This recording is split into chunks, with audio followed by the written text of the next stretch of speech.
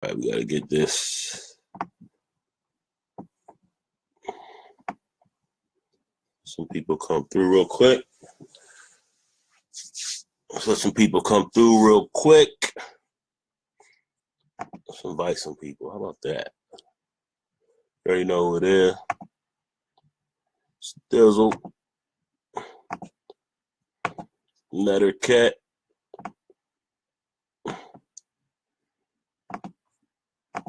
We're about to get into a couple things. Let me just go ahead and let this audience build up a little bit. Let some people see this because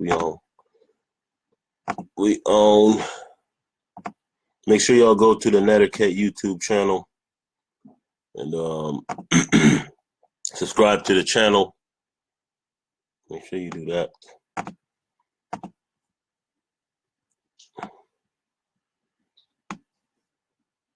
Let me get some people up in this joint. If I can. If I could do that. We didn't really want. Okay, fine. This is what it is. I'm just gonna do it like that. We're gonna go ahead and that's it.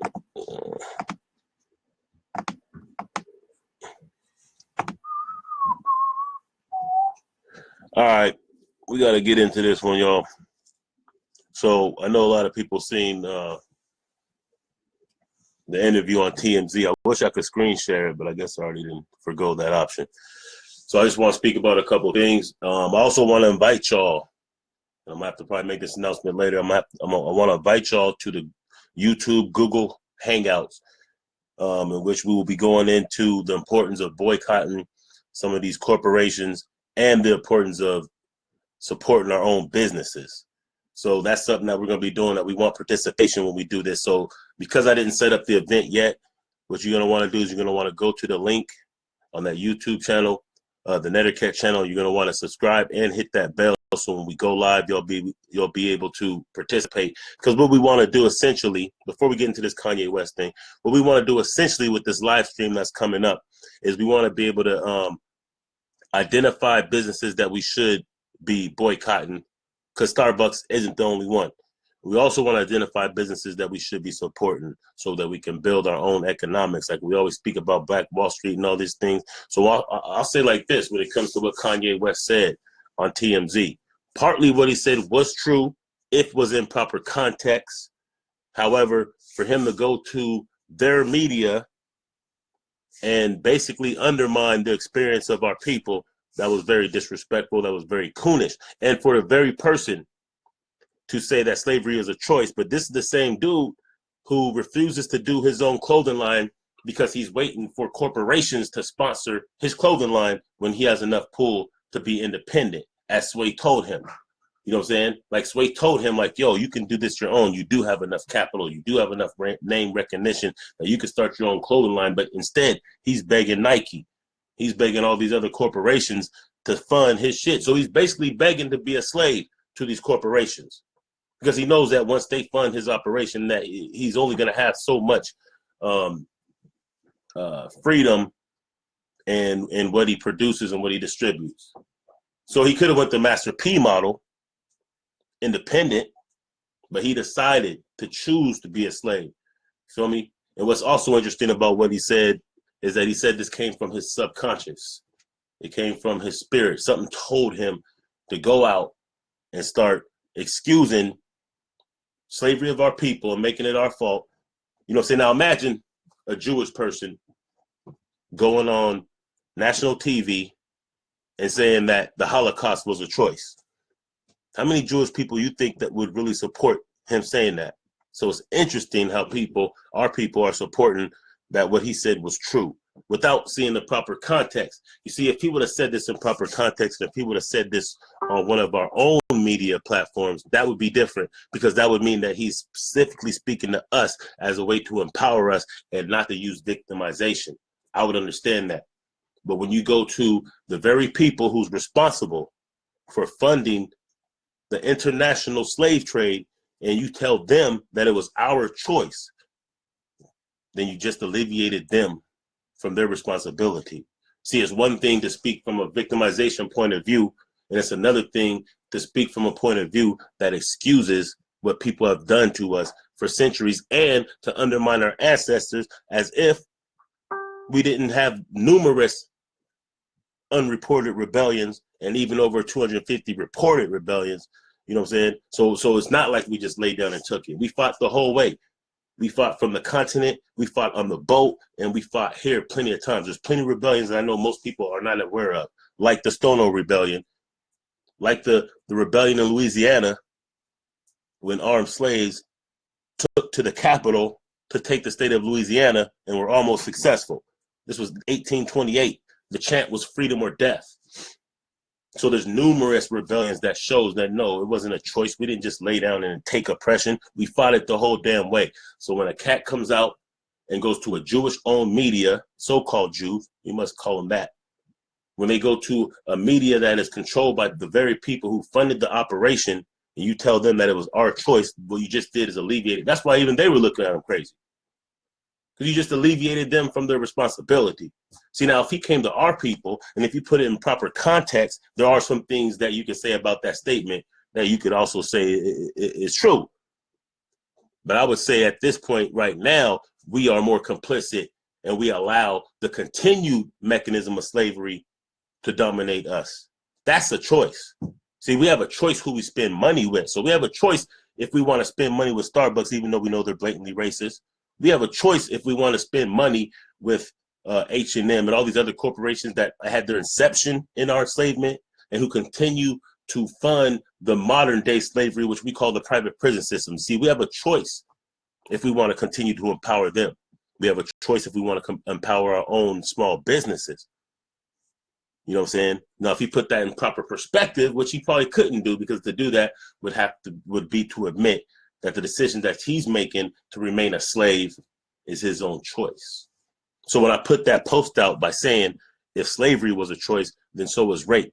It wasn't to undermine women who have been through that. I'm just showing the contrast of how can you support a statement like that? You know what I'm saying? Because that is a treacherous Holocaust that we went through. Just like rape would be a personal Holocaust that a woman would go through. So if we're not going to blame them, as we shouldn't, then we shouldn't have blamed people who are oppressed who did fight back. It was our time. You know what I'm saying? We did do things that allowed us to be vulnerable. But at the end of the day, it is what it is. Wars were fought and wars were lost. And that's what led to our enslavement, not a choice. So we got to be able to recognize the different things. Let me see what some of y'all are saying up here real quick, though. Even the perpetuation of mental slavery was not a choice. It came through brainwash. You're right about that. I gotta give props where props is due. And you are right. It did come through brainwashing, but I'm saying at this point, what I'm really trying to say is this. What I'm saying is we have more of a choice now. So although we have been brainwashed and conditioned for centuries, you know what I'm saying, we have more of a choice now to continue to participate in the very mechanism that keeps us in the type of oppression that we're in. We have more of a choice because Nat Turner didn't have a choice. Nat Turner could not have boycotted, you know what I'm saying, and had an impact. He couldn't have formed a union. He couldn't have went on strike.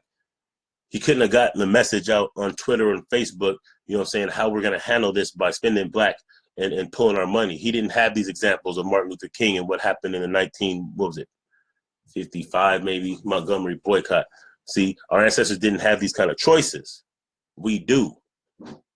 So it's one thing to say back then it was a choice rather than right now it's a choice. See, back then it wasn't so much of a choice. Right now it is a choice.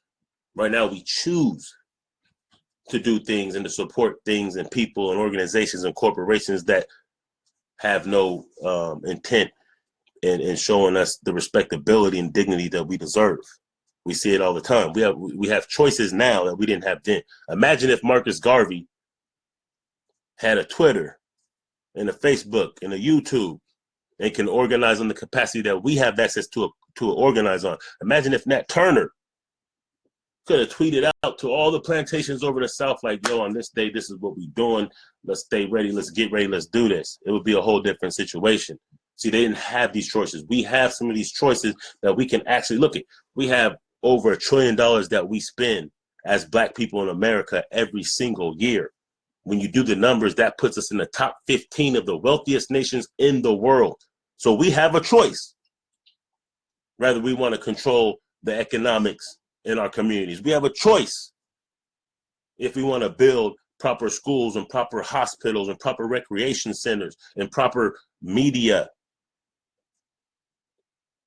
security forces, things that would sustain a nation. We have the choice. We can do that. We've done it with the Black Wall Street and with the dozens of Black towns that still exist. We did not have this choice during the physical bondment because we lost a war. Let's not get it twisted. That's what it was. We lost a war. As a result, we became enslaved individuals.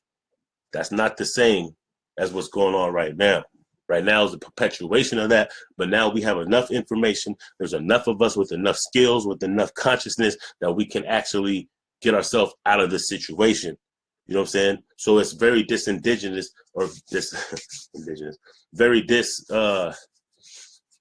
you know, it's just not a sincere, well-contacted statement to say that we had the choice and that was a choice. Because like I said, you won't get no Jewish people, no so-called Jews that's going to go on the news and say that the Holocaust was a choice. Why? They might say it in their own private meetings. Why? Because they stay on code. That's something that we need to do. It's kind of with this Bill Cosby situation. And I've said this, and I'm going to say it again. I've never said that I think Bill Cosby is completely innocent. It's obvious he participated in some kind of shenanigans, and he made some bad choices when you have that many women coming up, especially that many pink women coming up. You know what I'm saying? Then obviously he made some bad choices. But my point is this. With this Me Too movement that was started by a Black woman, the first person to be tried and convicted and will probably face prison time is a brother, as if there's not dozens of white boys who are raping Black women. We got to think about these kind of things, is what I'm saying. So, you know, and like I said, back to the boycott and who do we support. Here's what we're going to be doing with the live stream coming up. I'm trying to put together a panel, but if I have to just rock it by myself or with the good sister, formerly Geneva, then we'll just rock it like that. But here's what we want to do with that live stream broadcast. What we want to do is identify the businesses that we should not support. We want to identify why we shouldn't support them, meaning that they fund private prisons, meaning that their inception was in our enslavement, meaning that they have overt, obvious strategies or business practices that are racist. We want to identify them so we can make a flyer, and we can get the flyer out, kind of like we did with the blackout that we did a couple years ago that costed the corporations billions of dollars. So we want to be able to do that. We also want to be able to identify Black businesses that we can support. So at one level, we're destroying, and the other level, we're building. So we need your participation. We need people that's going to be willing to help us to accumulate these lists so that we can put it in proper flyer format and we can get it out and distribute it to the biggest of YouTube channels, to the Blog Talk channels like Liberation Minded Media and those other people who want to participate in getting this information out. We have to actually learn to actually employ our power. We have to start deploying our power. So the only thing that is respected by an oppressive force in 2018 is blood or money. That means you have to either be willing to shed blood and possibly give up your life, or you have to be willing to redistribute the money that we spend in a way that will build us up and won't allow them to have this kind of power that they have and the kind of leverage and funds that they have to be able to build private prisons and hire more police officers to go out and arrest our people and our children and our women. So in order to do that, we must start pulling our power from there. You got to think about it like this when it comes to that Starbucks. I'm going to end this in a minute. But we've seen what happened with the Starbucks. I'm going to try to go through some of these comments here. If I could scroll through them. I'm not 100% sure I'll be able to. So when we think about what happened with the Starbucks situation. So after those brothers was arrested in Starbucks in Philly, then people started just talking about boycott. It started buzzing. People were upset about it. As a result, Starbucks decided they're going to close 8,000 stores in order to do some racially biased training. Now, I don't really want to talk about it as if they're sincere about it. I don't want to talk about if they really care about us or nothing like that. That doesn't matter. What matters is that they have succeeded and that they have acknowledged and recognized that the very thought of black people pulling their dollars from Starbucks would be detrimental to their business. So as a result, they made certain compliances to try to keep us happy. So what that means is they're letting us know just how much power we have with our dollar. Because Starbucks is a multi-billion-dollar corporation owned by a billionaire right here in Seattle, actually. So the fact that he's willing to lose however many millions he's going to lose by closing those stores down, 8,000 stores down, he's willing to do that in order to try to keep our business. That should let us know just how powerful our spending dollar is. That should let us know. So what we should be doing now that we recognize that we have this much power is we should be organizing to accelerate and to even up that power and up that ante and make all these corporations feel the pain until they, come to terms that's agreeable with us. And at the same time that we pull our money from them, we should be building up our own businesses so that we can hire our own.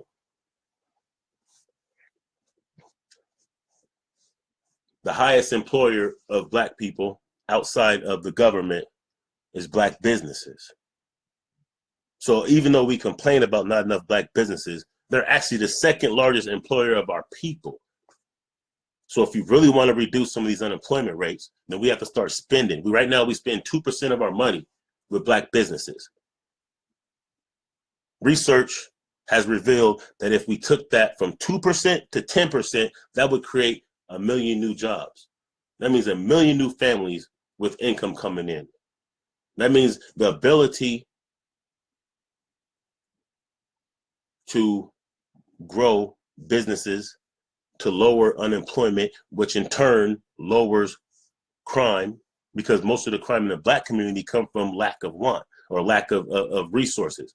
It doesn't come from we just want to go out there and kill and rape. That's not the kind of crimes that we typically do. We do the kind of crimes that are necessary to feed our families or to keep a lifestyle, things like that. We do them mostly out of necessity.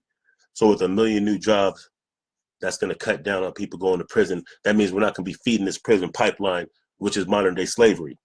So these are the kind of decisions that we have to start to make right now. So if you want to talk about it's a choice, then you better start talking about what's our choice right now. So if you want to throw our ancestors under the bus, and if you want to agree with what this punk ass Kanye West, who we know has been going against the grain for years now, if you want to agree with what he's saying, then take it to that next level, accept the responsibility and the choices that you make and that I make and that we collectively make right now. And let's start making a difference by pulling our money from those who don't mean us any good and who don't have our best interests. And let's put it within our own people's hands. And let's stay on code. Let's stop throwing our people under the bus. I don't care what you think about Bill Cosby.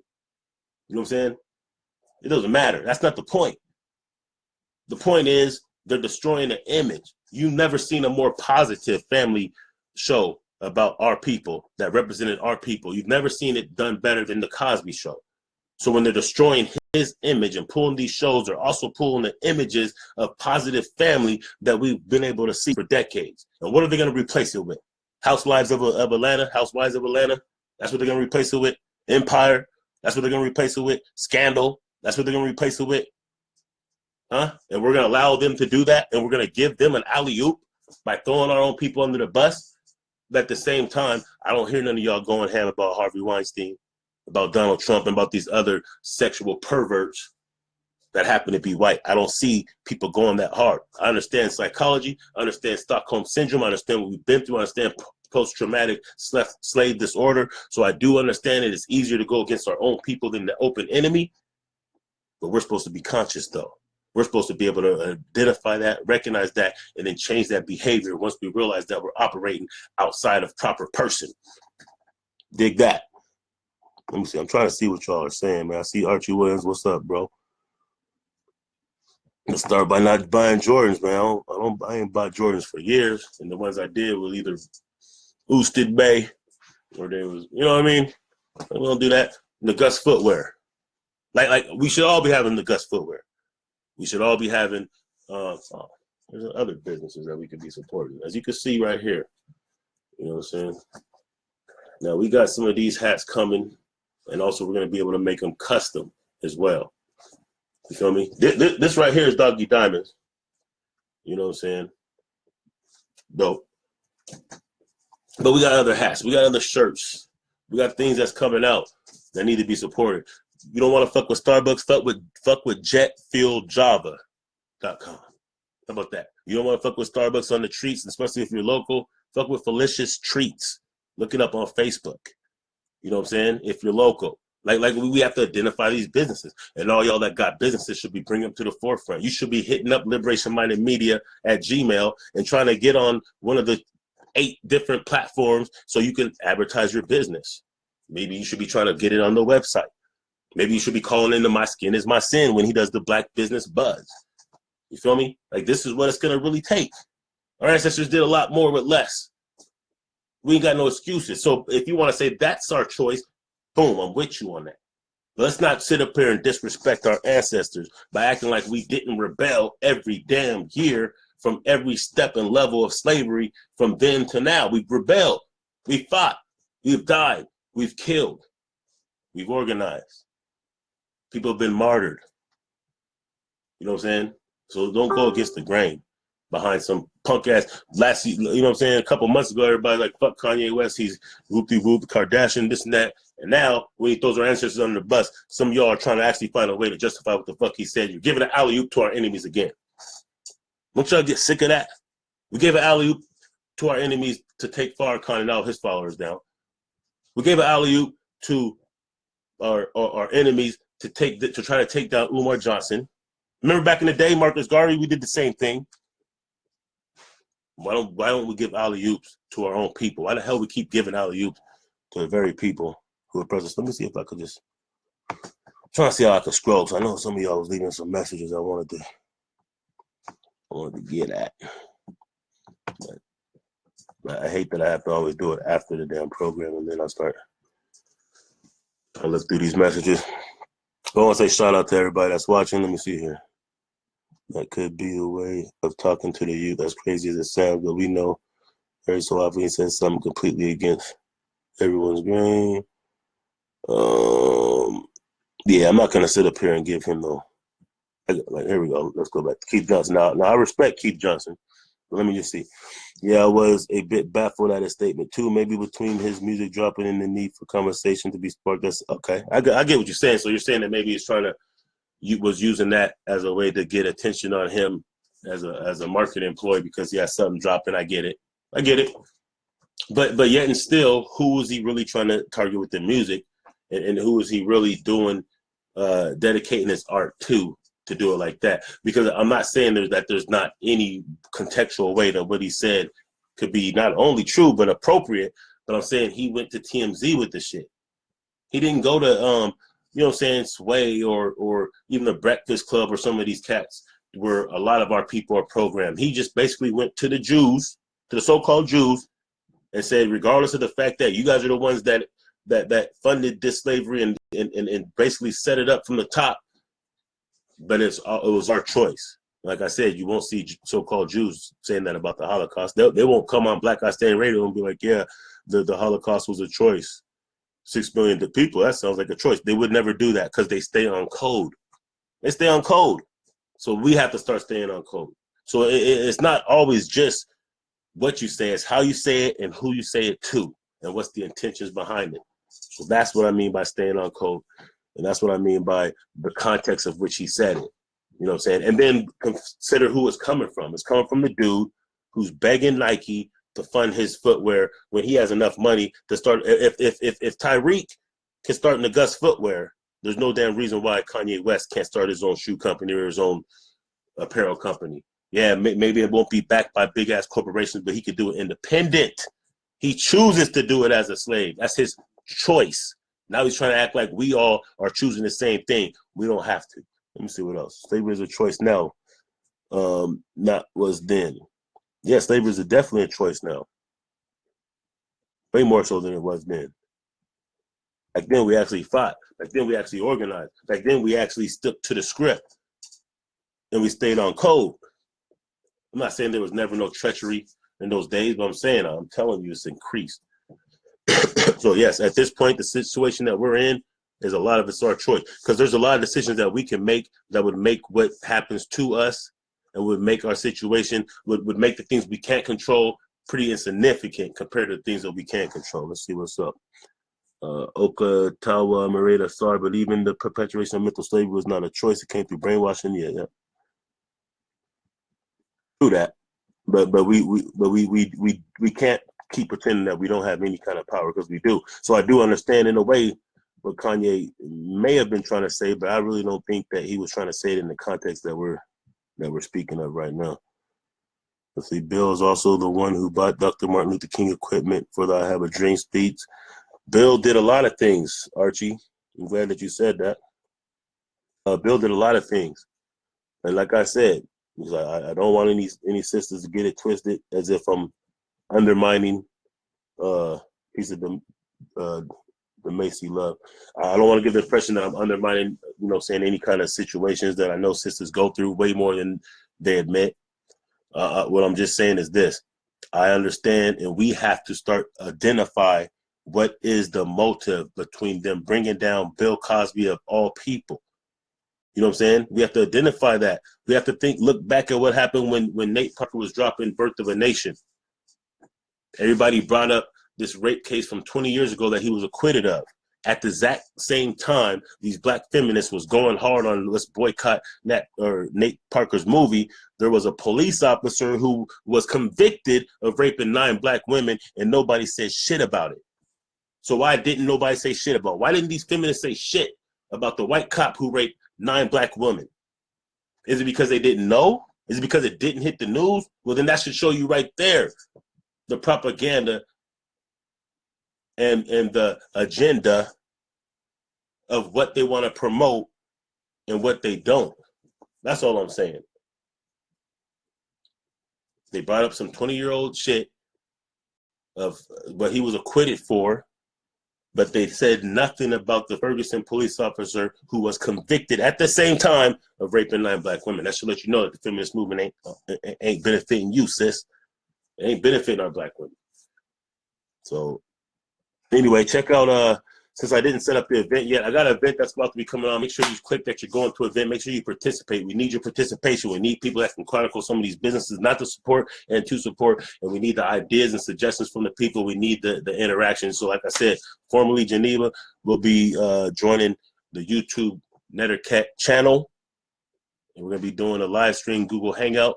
If you want to be advised and notified of when we're starting, which will probably be in about 4 hours or so, then make sure you hit the link in this post, subscribe to the channel, hit the bell, and it's going to be on like that.